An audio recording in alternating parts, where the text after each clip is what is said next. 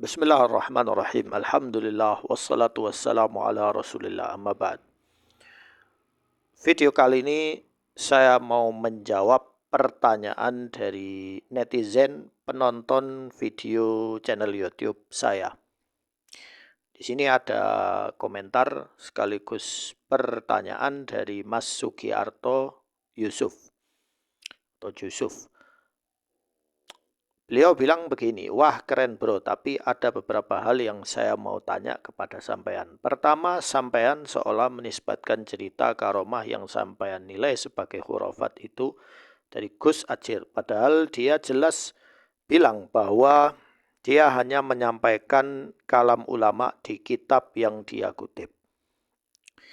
Ya tentu Gus Acir dia menyampaikan cerita ini karena dia mempercayainya, ya. Dia mempercayainya. Kalau mempercayainya berarti sahih. Lain lagi kalau dia mengutip cerita itu lalu mempertanyakan ini benar atau tidak. Nah, itu beda lagi. Ya. Orang yang menukil kemudian mempertanyakan dengan orang yang menukil sebagai dalil itu beda. Harus dibedakan ya. Kalau dia memang bilang itu benar atau itu sahih atau itu sabit, ya berarti saya anggap dia mengkonfirmasi periwayatan itu berarti benar. Ya. Nah, yang kedua, sampean mengatakan bahwa Imam Suyuti bisa salah karena sebagai manusia. Betul, hanya Nabi dan Rasul yang maksum. Tapi di bagian lain mengatakan Imam Sya'roni tidak mungkin keliru. Padahal Imam Sya'roni juga manusia. Ya, saya tidak tahu ya, saya bilang ini apa enggak. Saya tidak bilang Sya'roni tidak mungkin keliru. Ya bisa semua manusia ada kelirunya ya. Tapi seharusnya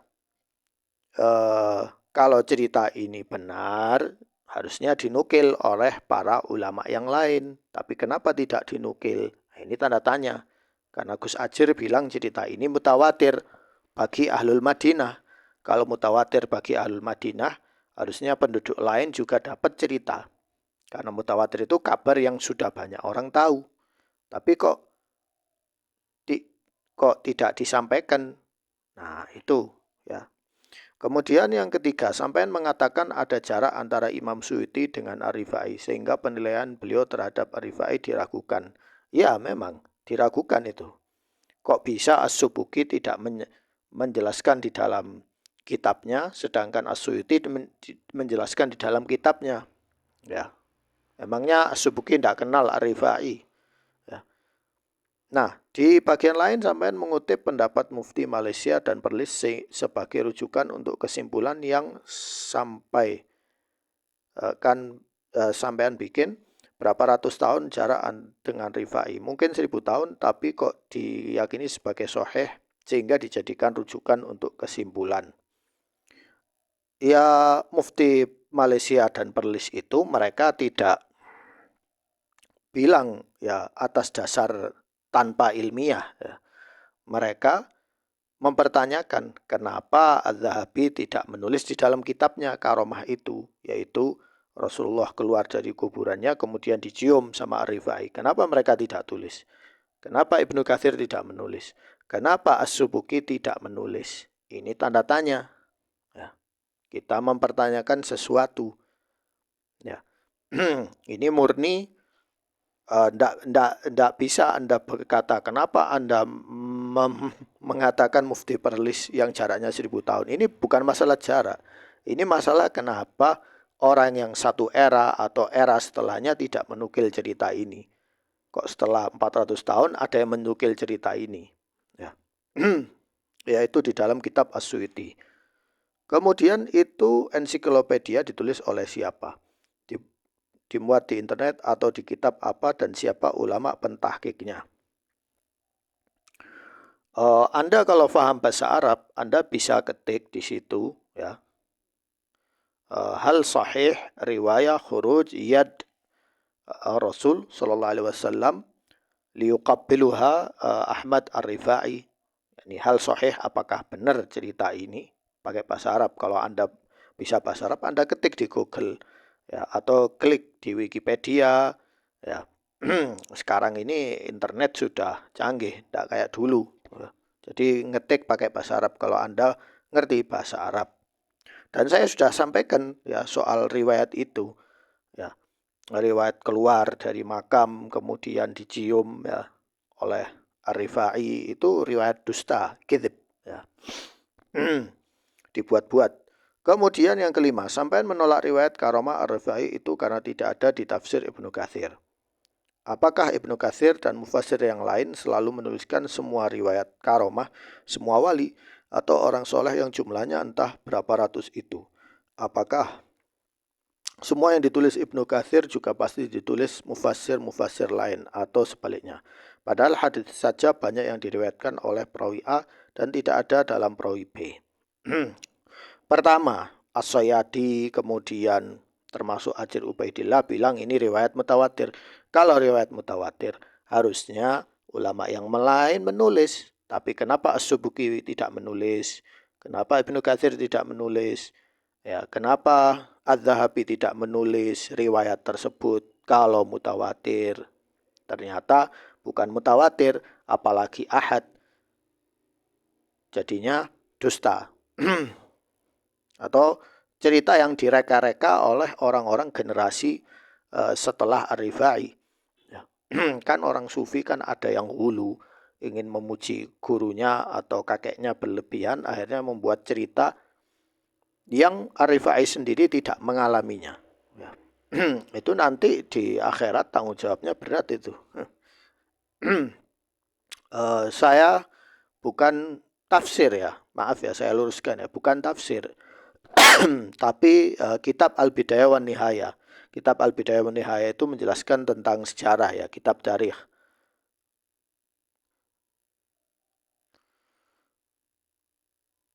Kemudian kitab tarikh ya, Al-Bidayah wan Nihayah judulnya. Nanti Anda cari di situ, search nanti keluar. Apakah ada di dalam kitab Al-Bidayah wan Nihayah? Kalau tidak ada ya berarti dusta.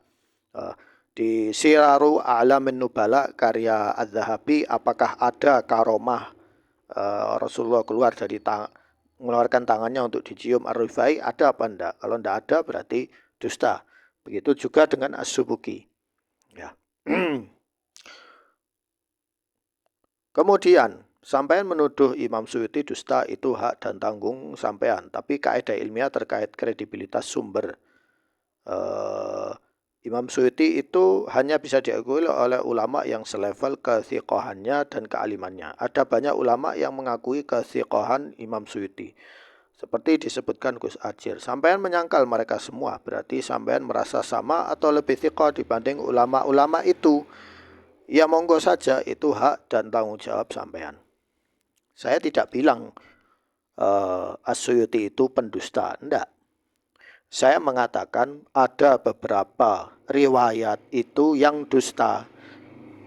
Mungkin ditulis oleh Imam Suyuti, mungkin itu juga ditulis oleh para penusakh, yaitu orang-orang sekretaris itu. Ya. Jadi mereka setelah Imam Suyuti meninggal, bisa saja mereka menisbatkan sesuatu kepada As-Suyuti yang As-Suyuti tidak menulis di kitabnya. Atau As-Suyuti menukil dari kitab yang lain, ditulis namun tidak sempat untuk memeriksa sanadnya.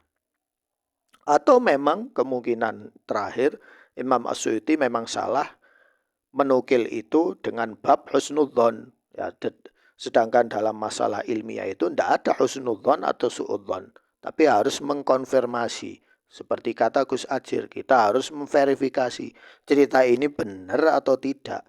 Kenapa kita harus memverifikasi? Karena cerita ini menyalahi syariat Islam. Dalam Al-Quran, yang kita harus iman itu Al-Quran dan As-Sunnah As-Sahihah. Ya. As-Sunnah As-Sahihah itu yang benar-benar sabit dari Nabi. Ya, bukan hadis dhaif atau hadis yang masih gonjang-ganjing. Enggak. Ya. Jadi, yang namanya manusia kalau sudah mati, ya sudah, dia di alamnya sendiri. Kalau dia keluar dari alam kematian menuju alam kehidupan, berarti itu sudah di luar hukum Allah. Artinya Allah sudah merubah takdirnya lagi. Dan itu tidak mungkin. Ya. Orang kalau sudah mati, ya sudah, arwahnya di alam barzah. Nah, kalau arwahnya gentayangan keluar, kemudian menyamar ini, ya berarti ini sudah artinya batal. Apakah Al-Quran batal? Tidak mungkin. Ya. Apakah hadis sahih dan ijma' sahabat itu batal? Tidak mungkin. Ya. Nah, lalu siapa yang meyakini keyakinan seperti itu? Yaitu meyakini bahwa arwah itu kembali, kemudian menyamar jadi fulan, atau istinsakhul arwah, yaitu reinkarnasi, inkarnasi. Itu siapa? Ajaran batiniyah. Ajaran batiniyah. Ya.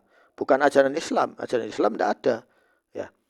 Jadi kalau an-nafs, jati diri, itu sudah mati, jasad mati, arwah sudah di alam barzah, ya sudah.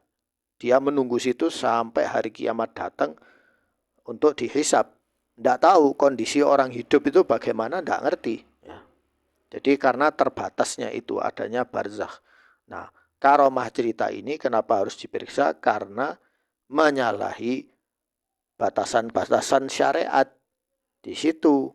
Ya, kalau sudah bertabrakan dengan syariat sahih Al-Quran, ya wajib untuk didustakan, bukan hanya perlu didustakan, harus. Ya. Atau ada orang ngaku wali, kemudian dia tidak sholat sama sekali. Bolehkah orang meninggalkan sholat, fardu misalnya? Bolehkah? Tidak boleh. Selama dia masih waras, berakal, sadar, tidak koma, maka dia wajib untuk melaksanakan sholat. Ya. Situ, kalau orang ngaku saya wali, namun dia tidak sholat fardu, dengan alasan dia majdzub, ya. Berarti dia gila, bukan waras. Ya, orang gila, ya tidak ada hukum di situ, ya, karena akalnya hilang atau dia koma, ya.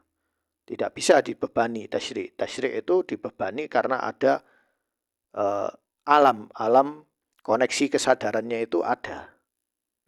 Jadi bukan masalah mendustakan As-Suyuti atau ulama yang lain, enggak. Ya, As-Suyuti ada benarnya. Dia meriwayatkan hadis-hadis sahih, meriwayatkan beberapa fikih yang sahih, ya kita ambil itu. Tapi kalau ada cerita semacam ini, maka kita harus saring dulu, kita filter dulu. Benar apa enggak ini, karena ini menyalahi syariat. Mungkin kalau karomahnya itu tidak menyalahi syariat, maka tidak masalah, percaya atau tidak masalah, karena itu bukan hal yang terikat dengan Al-Quran atau As-Sunnah As-Sahihah. Artinya karomah perorangan itu boleh orang percaya, boleh orang mengingkari. Tetapi secara umum kalau saya percaya ada karomah. Allah memberikan karomah, karena Allah yang memberikan karomah. Bukan orang itu membuat karomah, Allah lah yang memberi. Ya. Tetapi saya tidak percaya A dapat karomah. Apakah saya keluar dari Ahlus Sunnah? Enggak. Apakah saya keluar dari keislaman? Enggak. Ya. Karena itu masalah personal itu, percaya apa tidak. Yang penting orang yang tetap sholat, zakat, Al-Quran. Ya. As-Soyadi malah menuduh orang yang tidak percaya cerita ini, ya, tangan keluar dari kuburan sebagai orang fasik atau munafik, bahkan sampai dikafirkan. Ajaran apa ini? Ya. Ya, baik. Nah, jadi saya di sini membahas tentang masalah ilmiah, penyaringan riwayat, pemfilteran. Saya tidak ada urusan sama personalnya Suyuti atau ulama yang lain, tidak ada. Ya. Tapi kalau ada yang salah, ya harus kita luruskan. Apakah saya harus jadi ulama, ya, belajar hadis ini fikih sampai nunggu berapa tahun untuk membantah perkara yang mudah untuk dibantah? Ya. Misalnya saya melihat anak mahasiswa lulusan ini atau profesor. Kemudian dia bilang sholat 5 waktu itu nggak ada dalilnya dalam Al-Quran. Kemudian saya bantah orang itu, profesor itu, ada dalilnya ini. Terus muridnya dia bilang, ngapain kamu membantah profesor ini? Kamu kuliah, kamu ini, kamu ngambil ini. Loh, itu bukan hujjah, ya. Itu namanya memadamkan cahaya orang, ya, kebenaran. Tidak boleh itu, ya. Jadi hindari hal-hal seperti ini, karena ini di luar ilmiah, ya. Masuknya nanti personal, masuknya nanti kayak fanatisme seperti itu. Enggak, ya. Saya tidak menggunakan manhaj seperti itu. Kemudian yang terakhir, saran, bukan pertanyaan. Jadi yang ketujuh ini saran ya. Baiknya sampean bikin video ajakan berdiskusi Gus Ajir Ubaidillah tentang karomah vs khurafat itu live online YouTube sehingga disaksikan umat dan bisa diambil manfaat. Oke, saya tunggu konten ajakan berdiskusi dengan Gus Ajir tersebut dan usahakan nonton di YouTube nanti. Kemudian disclaimer. Saya orang awam, dulu sekolah di SMK, jadi memilih husnudzon kepada karomah itu jika yang menceritakan itu para ulama yang diakui kredibilitas sanad keilmuan dan kesolehannya oleh ulama yang selevel. Juga diakui ulama lain sampai ulama mutaakhirin. Saya tidak berani menilai para ulama seperti Imam Suyuti, Imam Ibnu Katsir, dan lain-lain. Demikian bro, terima kasih jika telah membaca. Ya, ini saya juga ngasih masukan ke masnya bahwa boleh kita husnudzon kepada ulama, boleh. Bahkan kepada guru kita, kepada siapapun. Ya, karena husnudzon itu akhlakul karimah. Namun, kalau ada kesalahan, tetap harus diluruskan. Ya, ini salah, yang benar begini. Selanjutnya, orang itu akan ikut pada kebenaran, tetap pada kesalahan, maka itu urusannya dia. Adapun jika orang itu sudah meninggal seperti Imam Suyuti, Ibnu Katsir, dan Imam Ghazali dan lainnya, kalau ada kebenaran kita ambil. Tapi kalau ada kesalahan, maka kita koreksi, kita kritisi, dan kita doakan ampunan untuk mereka. Ghafarallahu lahum. Itu cara ahlus sunnah seperti itu. Bukan main husnudzon saja. Oh berarti mereka sudah belajar ilmu gini-gini. Karena begini ya. Jadi saya sampaikan kepada kalian juga. Tujuan kita itu menuntut ilmu itu apa? Belajar ilmu, menghafal hadis, belajar fikih, belajar bahasa Arab ini. Itu untuk apa sebenarnya? Kita itu berharap karena Allah, meraih ridho Allah, juga kita harus apa? Mengharap hidayah dari Allah. Berilah kita hidayah. Ihdinas siratal mustaqim. Ihdinas siratal mustaqim. Kita berharap al-huda, petunjuk dari Allah. Ya Allah kasih saya petunjuk. Mungkin ulama menunjukkan ada ini, riwayat ini. Tetapi kita tetap minta sama Allah. Ya Allah, apakah yang disampaikan ulama ini sahih? Semoga saya dapat manfaat darinya. Tapi kalau ada kesalahan, tunjukkan. Arinal haqqa haqqa wal batil. Ya. Jadi tunjukkan kami mana yang hak dan mana yang batil. Yang batil harus kita hindari. Seperti itu. Itu manhaj ahlul Islam yang benar seperti itu. Bukan manhaj ahlul ahwa, di mana mereka, ndak saya harus ngakui fulan. La yumkin fulan ini nyeleweng, ndak mungkin. Itu ndak seperti itu ya. Jadi tujuan kita adalah untuk memperoleh petunjuk dari Allah.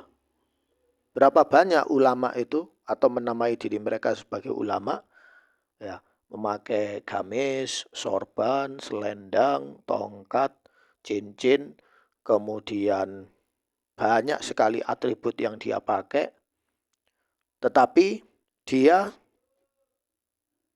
belajar ilmu, punya gelar profesor, doktor, LC, ini dan sejenisnya, tetapi ilmu ini tidak membuat dirinya mendapatkan petunjuk dari Allah. Malah dia jatuh pada maksiat.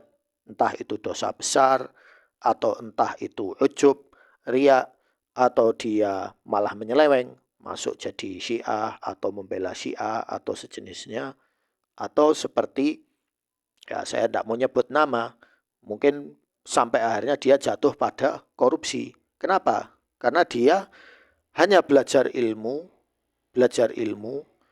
sebanyak mungkin, mendapatkan titel, mendapatkan nama, ketokohan, ya, diakui oleh masyarakat, oleh kalangan ya sekitarnya, tetapi dia ilmunya ini yang dia pelajari, tidak mengantarkan dia pada petunjuk, malah jatuh pada hal yang menyelisihi syariat. Sehingga akhirnya kena OTT KPK, kena ditangkap polisi karena terbukti korupsi atau terbukti merusak hutan atau terbukti korupsi dana umat kayak dana wakaf atau dana sedekah atau dana dan kasus-kasus yang lain yang sangat mengerikan. Ada yang jatuh pada fitnah syahwat, dia yakni nas'alullah al-afiyah yakni. Jadi akhirnya nama mereka jatuh di hadapan Allah dan di hadapan masyarakat sekitarnya. Karena apa? Karena dia belajar ilmu itu bukan untuk meraih petunjuk. Ya Allah, saya ini masih kurang. Kasih saya ini petunjuk. Saya bisa salah. Kasih saya ini petunjuk. Tetap seperti itu dia minta sehingga dan dia ketika menghadapi hidup ini dia sangat waspada. Ya, tidak sampai jatuh pada hal yang merugikan dirinya dan orang lain. Ya. Itu al-huda. Tujuan kita adalah kita dalam menuntut ilmu ada iman, ada al-huda, minta petunjuk dari Allah dan taufik juga. Dan taufiknya juga. Saya orang yang berkekurangan juga, saya tetap belajar, saya tetap memeriksa. Saya ingin Islam ini murni dari kebid'ahan, murni dari kesyirikan. Orang-orang Islamnya. Adapun Islam tetap murni, Yang bermasalah itu orang-orang Muslim, bukan Islamnya. Nah, kalau sekarang kan yang disalahkan kan kiainya, gusnya, ustadznya. Ya memang rata-rata orang ahli ulama itu ini rusak ini. Ya, itu salah. Yang salah bukan titelnya, ya. Yang salah itu orangnya, orang yang pakai titel seperti ini, pakai titel Syekh, Habib, Ustadz tetapi dia menyeleweng. Itu yang pakai titel itu salah dia orangnya. Seperti itu ya, semoga jelas ini nasihat dari saya. Saya tetap akan upload channel-channel mengoreksi hal-hal yang salah. Itu untuk membersihkan, saya juga punya tujuan membersihkan nama As-Suyuti. Bisa saja As-Suyuti itu, kitab itu dinisbatkan dusta kepada Suyuti. Bisa saja. Ya. Ya, kita meragukan sesuatu karena kita ini hidup era yang sangat jauh dengan As-Suyuti. Dan banyak sekali kitab-kitab itu dinisbatkan kepada As-Suyuti, tetapi beliau tidak mengarangnya. Salah satunya kitab Ar-Rahmah Fit Tib wal Hikmah. Ya. Kitab ini menyebar di toko-toko buku, di pesantren, bahkan sampai di perpustakaan. Saya bilang ini kitab sihir ini kitab sihir. Loh ini bukan kitab sihir, yang ngarang Imam Suyuti. Saya bilang Imam Suyuti nanti di hari akhirat akan berlepas diri dari kitab ini. Terus dia tanya, ini siapa yang ngarang? Saya yang ngarang kitab ini Dajjal dari Yaman. Ada namanya. Nanti insya Allah akan saya bahas tentang kitab Ar-Rahmah Fit Tib wal Hikmah. Ar-Rahmah Tib wal Hikmah. Itu dinisbatkan kepada Imam Suyuti. Padahal Imam Suyuti tidak mengarang kitab itu. Ya. Namun si Dajjal dari Yaman itu, entah namanya siapa, dia menulis buku itu kemudian mencaplok nama Imam Suyuti. Kemudian dia menjual kitab itu di Al-Haramain, Mekah, Madinah dan sekitarnya di Jazirah Arab. Untuk mengatakan ini loh, Imam Suyuti ngajari sihir. Padahal seumur hidupnya Imam Suyuti melarang, mengharamkan sihir. Seperti itu. Kemudian adapun poin ketujuh, yaitu saran diskusi kepada saya tidak mau berdiskusi bahas soal ini. Kenapa? Karena membedakan karomah dan khurafat itu sangat mudah. Sangat mudah sekali. Tidak perlu kita memeriksa kitab satu-satu. Tidak perlu. Lalu caranya gimana? Caranya mudah. Kamu lihat orang itu yang dinisbatkan karomah kepadanya. Apakah dia mengajak kepada tauhid, penyembahannya kepada Allah? Apakah dia mengajak pada sunnah Nabi, mengamalkan sunnah-sunnah Nabi, mengamalkan hal-hal yang dicintai oleh Allah dan Rasulnya dan para sahabat, atau dia malah mengajak kepada kebid'ahan, kesesatan, atau menyembah dirinya, atau mengagungkan dirinya, wulu kepada dirinya. Kalau dia mengajak seperti itu, berarti itu bukan karomah, itu namanya istidraj. Ya, itu namanya istidraj, bukan karomah lagi. Kalau dia mengajak pada as-sunnah, pada Al-Quran, pada istiqomah, pada ini, ya berarti itu karomah. Itu yang pertama. Yang kedua, karomahnya ini menyelisihi syariat atau tidak. Ya. Kalau menyelisihi syariat, maka kita wajib untuk tidak percaya. Ya. Kita tetap menghormati orang itu, tetapi kita tidak percaya. Saya tidak harus percaya. Saya percaya pada hal yang sabit, yaitu Al-Quran dan As-Sunnah As-Sahihah. Adapun hal yang belum jelas, masih samar-samar, bahkan menyalahi syariat Islam, maka saya tidak ada kewajiban untuk percaya. Ya, tidak ada keterikatan di situ. Ya, dan itu pasti khurafat. Entah itu pakai sejadah, kemudian bisa terbang ya ke atau dia menyelimuti dirinya dengan selimut. Jadi ada cerita ini unik ya, di Afrika ada orang bilang, di Afrika itu di Ethiopia ada seorang syekh ya. Dia seorang alim ahli bahasa Arab ini nih. Kemudian ketika waktu Jumatan, murid-muridnya itu berangkat ke masjid Jumatan, sedangkan dia dikasih selimut. Ya, selimutnya itu warna hijau. Kemudian orang itu tidak Jumatan, guru mereka ini. Yang lain Jumatan, dia tidak Jumatan. Ketika kembali, ada salah seorang bertanya, kenapa Syekh tidak Jumatan? Oh, saya ini Jumatan di Mekah. Ya. Jadi dia pun bertanya, loh Syekh, kalau Jumatan di Mekah, oh, kita sekarang Jumatan sini, di Mekah sekarang masih belum Jumatan. Ya. Kan tidak sahih itu. Misalnya di Indonesia misalnya Jumatan biasanya jam 12. Ya. Kemudian Syekh ini harusnya ikut Jumatan, ikut waktu sini. Dia bilang saya Jumatan di Mekah. Loh, padahal sini sama Mekah selisihnya 5 jam. Berarti masih pagi, masih jam 8. Apakah jam 8 itu waktu Jumatan? Ya tidak sahih, ya, tidak sahih, tidak benar itu. Ya. Mungkin kalau dia misalnya sudah masuk asar, dia Jumatan di sana, ya. Tapi sini sudah asar, dia Jumatan ke sana, itu mungkin, ya. Tapi dulu nggak ada pesawat zaman dulu, ya. Zaman sekarang sudah ada pesawat, ke sana butuh waktu, butuh jarak. Intinya tidak boleh menyalahi syariat Islam ya. Jadi kita bisa memfilter itu mudah, tidak perlu debat karomah vs khurafat ya ini. Ini bahkan pelajaran karomah khurafat ini pelajaran anak SD sudah saya pelajari di bangku SD waktu saya di Muhammadiyah. Jadi sudah dikasih tahu sama gurunya cara membedakan khurafat dengan karomah ya. Kalau mukjizat jelas sabit, mukjizat Nabi dan Rasul wajib diimani.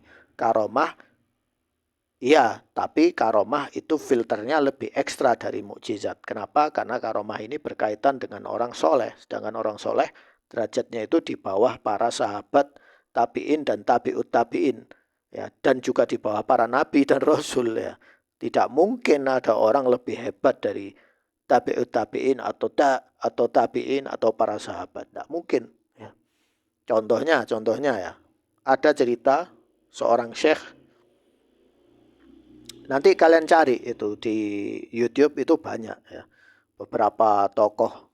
Ya tokoh-tokoh dari kalangan bukan salafi malah. Seperti Gus Aziz Jazuli. Kemudian Gus apa itu. Bahas tentang ini. Soal cerita khurafat itu.